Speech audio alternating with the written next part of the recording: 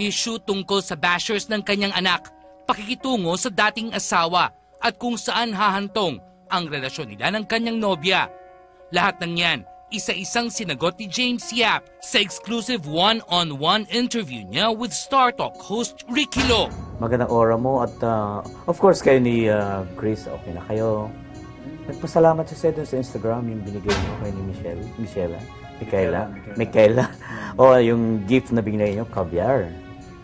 Well, actually, in-order ko yun sa friend ko na, na nagbigay din sa akin.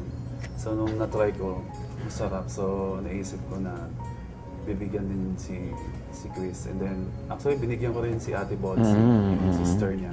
Okay na yun, nagpa-thank you siya. Okay na sa akin.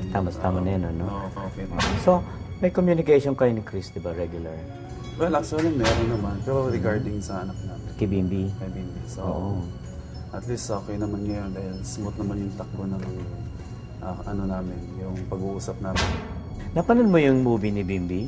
Oo, nakatawa yung eksenang parang nagbading-bading siya, no? Anong reaction mo doon?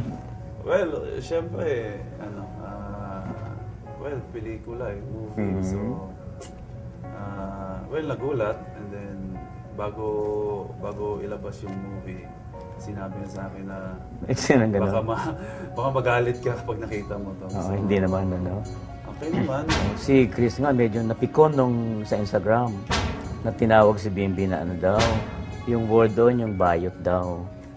Ganyan talaga makukuha mo pag nasa showbiz. Nasa ganitong nasa showbiz ka. So, and syempre, nirespeto naman natin yung mga... Kasi hindi naman tayo para-pareho iniisip. May kanya-kanyang opinion, may kanya-kanyang Dahil alam ko naman kung ano yung anak.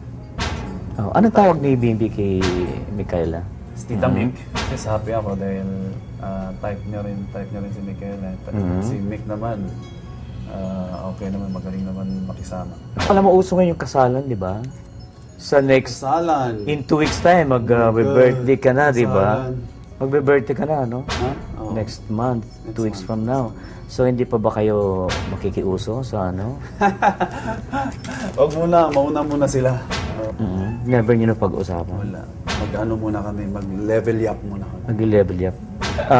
James, kung sakali, anong dream wedding mo? Hindi ko pa naisip yun pero for me, simple lang. Simple lang naman ako. Importante naman, masaya kayo. Na-committed, di ba? Oo, masaya. So, sa tingin mo ba, as of now, si Michaela yung babaeng harap mo sa altar? Tignan natin, and then, ang pagpapakasal naman, hindi naman nawawala yun. Nandyan lang yan.